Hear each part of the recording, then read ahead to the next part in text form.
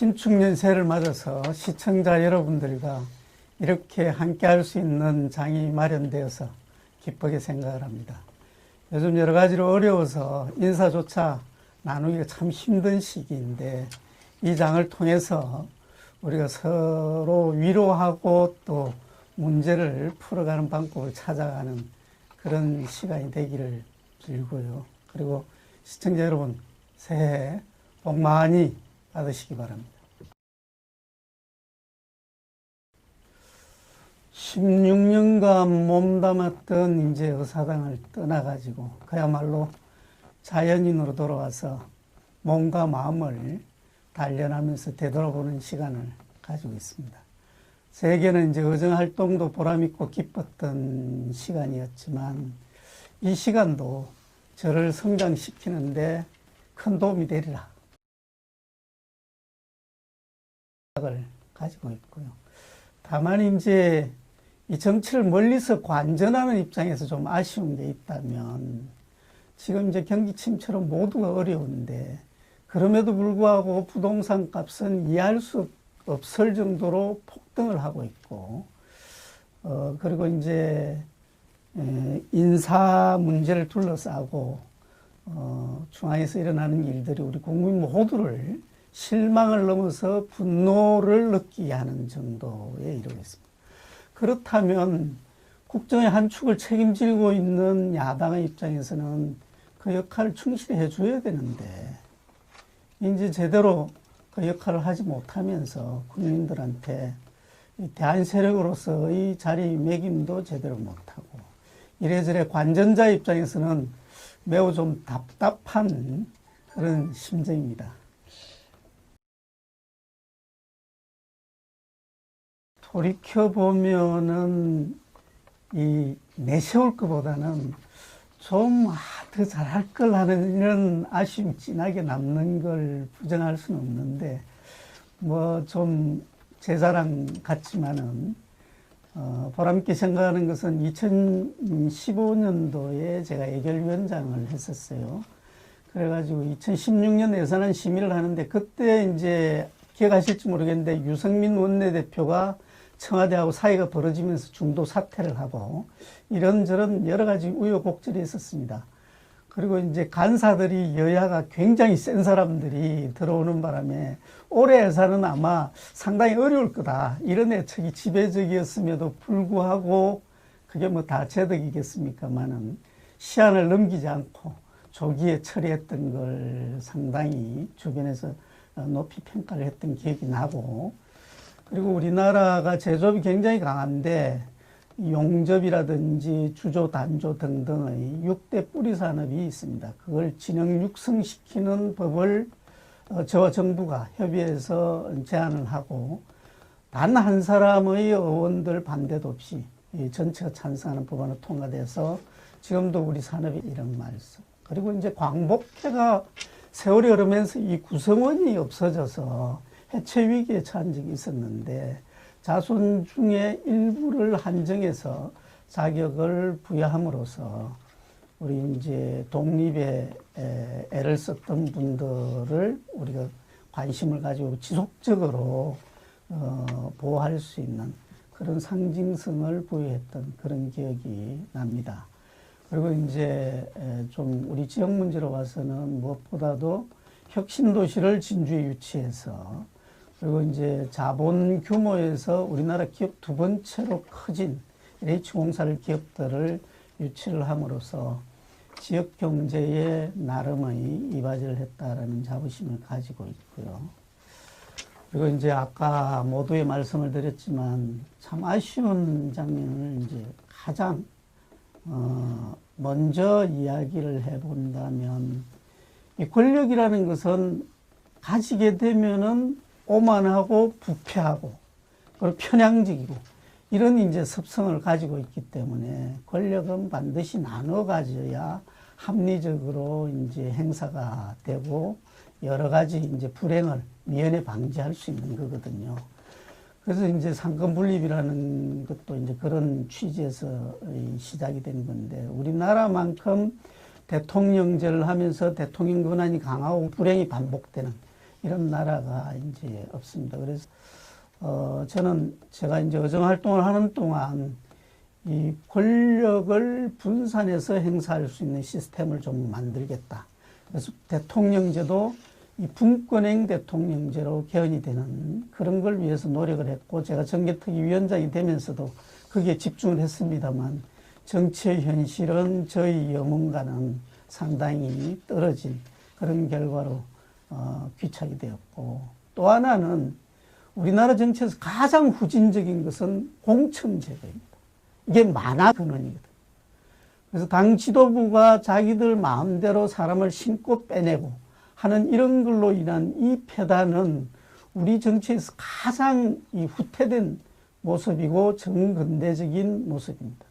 그래서 유권자와 국민이 그 당의 이 공천 후보자를 결정하는 이런 상향식 공천제를 여야가 합의해서 정착을 시켜야 된다라는 이런 일념을 가지고 노력을 했지만, 이번 이제 20대 선거를 보면 그래도 이긴 민주당은 어느 정도 거기에 근접해서 상당히 성과를 거두었고, 제가 속했던 야당은 그게 잘못되는 바람에 이제 거의 백석 전후의 정당으로 쇠락하는, 그리고 이제 앞으로의 선거 결과는 어느 당이 선진화된 상향식 공천제를 먼저 합리적으로 이 선택을 하느냐에 그 성패가 달려있지 않을까, 이런 생각을 합니다. 그래서 막 그런 부분에 대해서 대단히 좀 아쉬움이 남는다, 이런 소회를 말씀드립니다.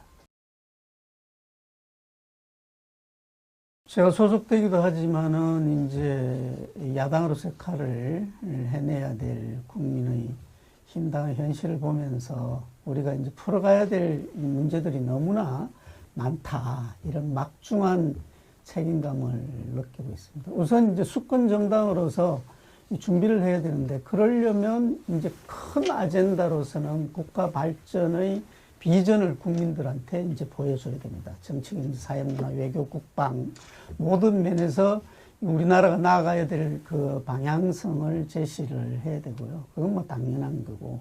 그리고 이제 현실의 문제로 돌아와서는 당내가 우선 안정이 되고 이 경쟁력을 갖추는 그런 모양을 가져야 됩니다. 근데 뭐 끝없는 비대위 체제가 이제 거듭되면서 소위 말해서 당이 거의 뭐 자생력이 없어져 버리고 영이 서지 않는 조직이 되어버렸다.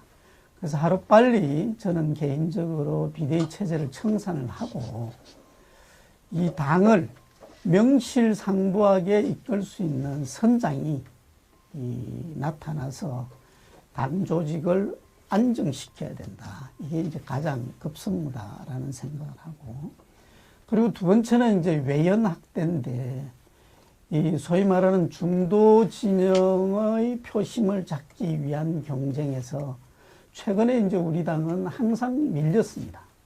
특히 이제 젊은 층, 여성 이런 분들한테 이제 거의 소외되다시피 했는데, 이 문제를 극복하지 않고서는 대선에서 저는 이기기가 어렵다라고 생각합니다. 그래서 외연 확대를 위해서 여러 가지를 이제 뭐 신구의 조화라든지 해내야 되는데, 가장 당면한 문제 중에 하나는 안철수와 윤석열의 이 조합을 우리 당이 어떻게 이제 다룰 것이냐, 안고 하나가 될 것이냐. 그렇지 않으면은 범야권의 무대에서 함께 이제 연대를 하는 방향으로 갈 것이냐. 뭐 일각에서는 안철수에 대해 가지고 뭐 일시적인 현상에 불과할 걸, 뭐 그다음에 예전에 안철수가 쨌는데 뭐 이런 이제 박절한 평가를 하는 분들도 있고, 윤석열 지금 검찰총장이고 여당하고 각 세우니까 빛나는 거지, 그 자리에서 내려와 가지고 정치권에 들어오는 순간 거품 아니겠냐, 뭐 이런 이제 이야기를 합니다. 근데 뭐 미래를 누가 알겠습니까? 근데 저는 그렇게 간단하지는 않다고 보고요. 이 두 사람의 함수 관계에서 안철수가 이번에 서울시장 출마를 공식화했다는 거죠. 근데 한 달 전까지만 해도 안철수 대표는 자기는 서울시장에 출마하지 않겠다라는 이야기를 수십 차례 반복했던 사람입니다.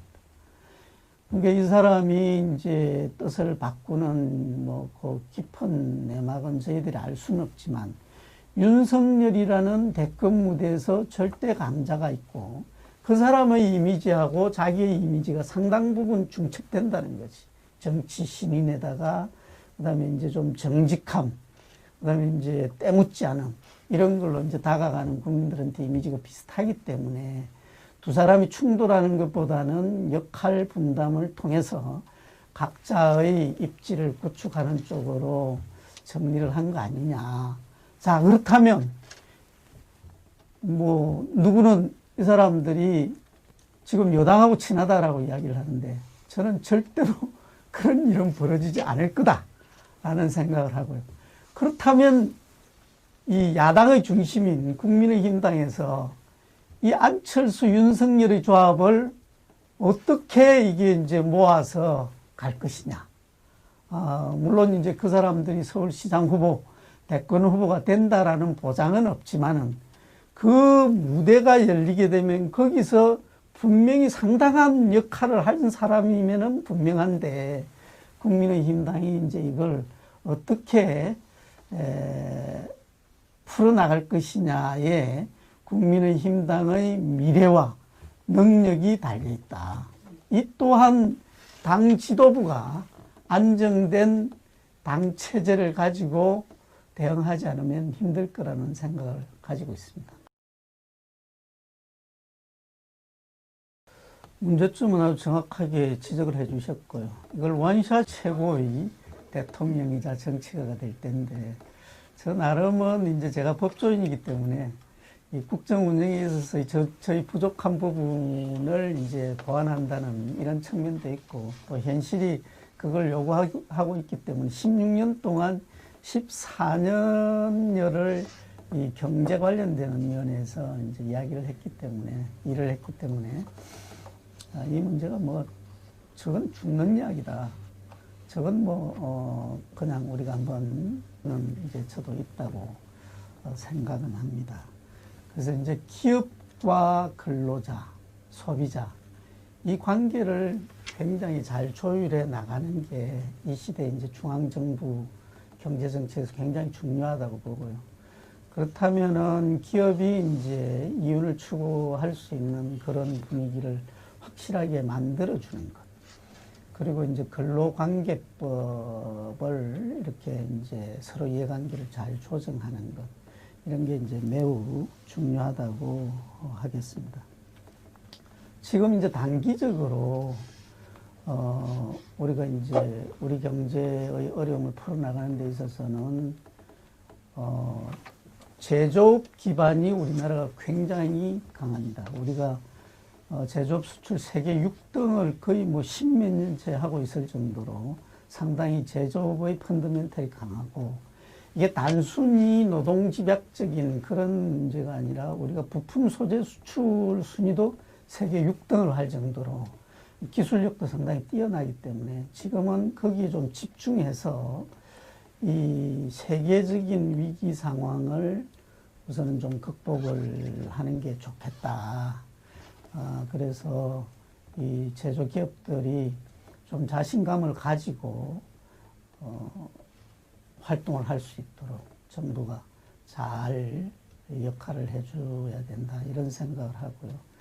그리고 이제 우리가 좀 더 미래에 대한 대비를 한다면 우주항공, 그리고 약간은 정부에 따라서 입장 차이는 있습니다만 원자력 발전이나 신재생 에너지, 그건 정부 정책에 따라서 다를 수는 있겠습니다.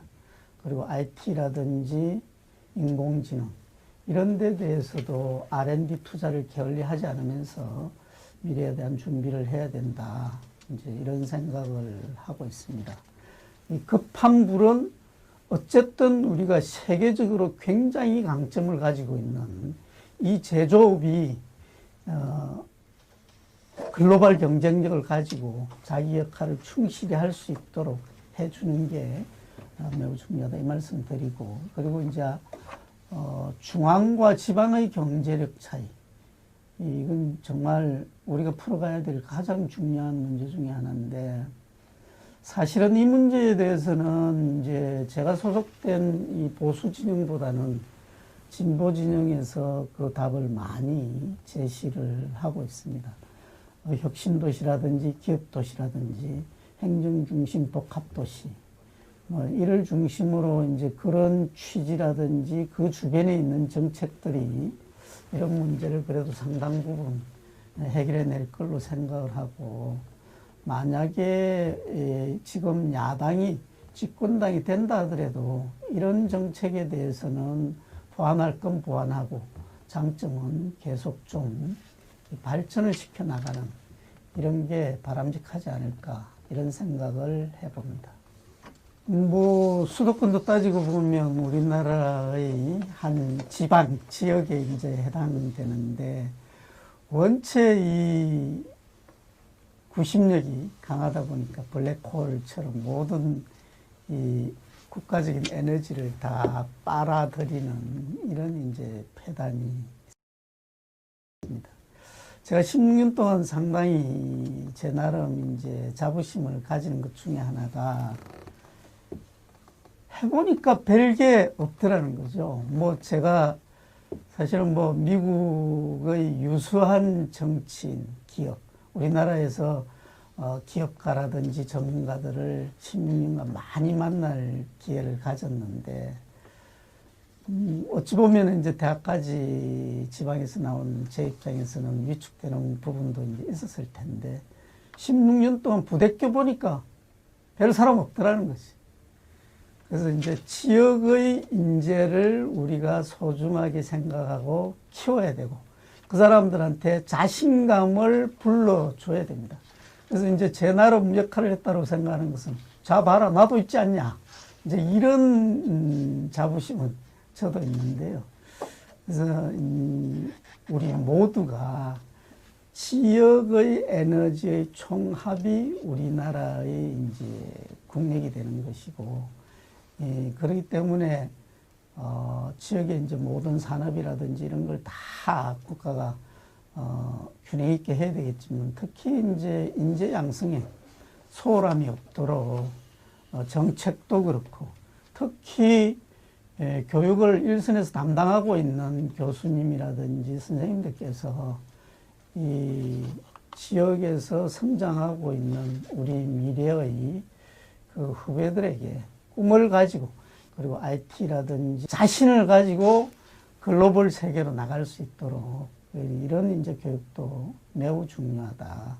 그래서 앞으로 우리 경남의 문제를 조금 말씀드리면, 김두관 지사 이후에 이 중앙정치에 너무 휘둘렸습니다, 그동안에. 그래서 도민들이 이 행정부지에 대한 약간의 피로감과 이 바람이 있는 걸로 알고 있고, 그러면서 신성장 동력을 우리가 찾고 지원하는 이런데, 그리고 IT라든지 대한 준비가 제 나름 보는 견해로서는 좀 소홀했다, 이런 생각이 들고요. 그래서 아까 말씀드린 인재 양성이라든지 이런 문제를 아울러서 아마 우리 경남도쯤 되면은 우리나라 전체 무슨 행정이라든지 이런데 크게 뒤떨어지지 않는 이런 이제 규모와 그런 역량을 가지고 있기 때문에, 누군가가 정말 이 중앙정치를 무시하자는 건 아니고, 중앙과 그리고 우리가 가지고 있는 이 도민과 주민들을 위한 이런 이제 해야 될 일들을 조화롭게 좀 숨고르기를 하면서 내실을 기하는 이런 시기가 되지 않았나 하는 생각을 해봅니다. 신년 초에 우리 시청자 여러분들과 이런 자리를 시작하게 된 것을 다시 한번 기쁘게 생각을 합니다. 어느 시절인들 그렇게 녹록한 시대가 있었겠습니까마는, 최근 제가 철이 들고 나서는 가장 어려운 시간 중에 하나가 아닌가, 이런 생각을 해봅니다. 그래서 이런 장을 통해서 여러분들의 이야기를 밖에서 많이 듣고 또 제 나름의 이 숙성된 생각을 여러분들에게 전달하면서 서로 소통하는 그런 그 시간을 자주 갖도록 하겠습니다. 늘 건강하시고 행복하시길 기원드립니다.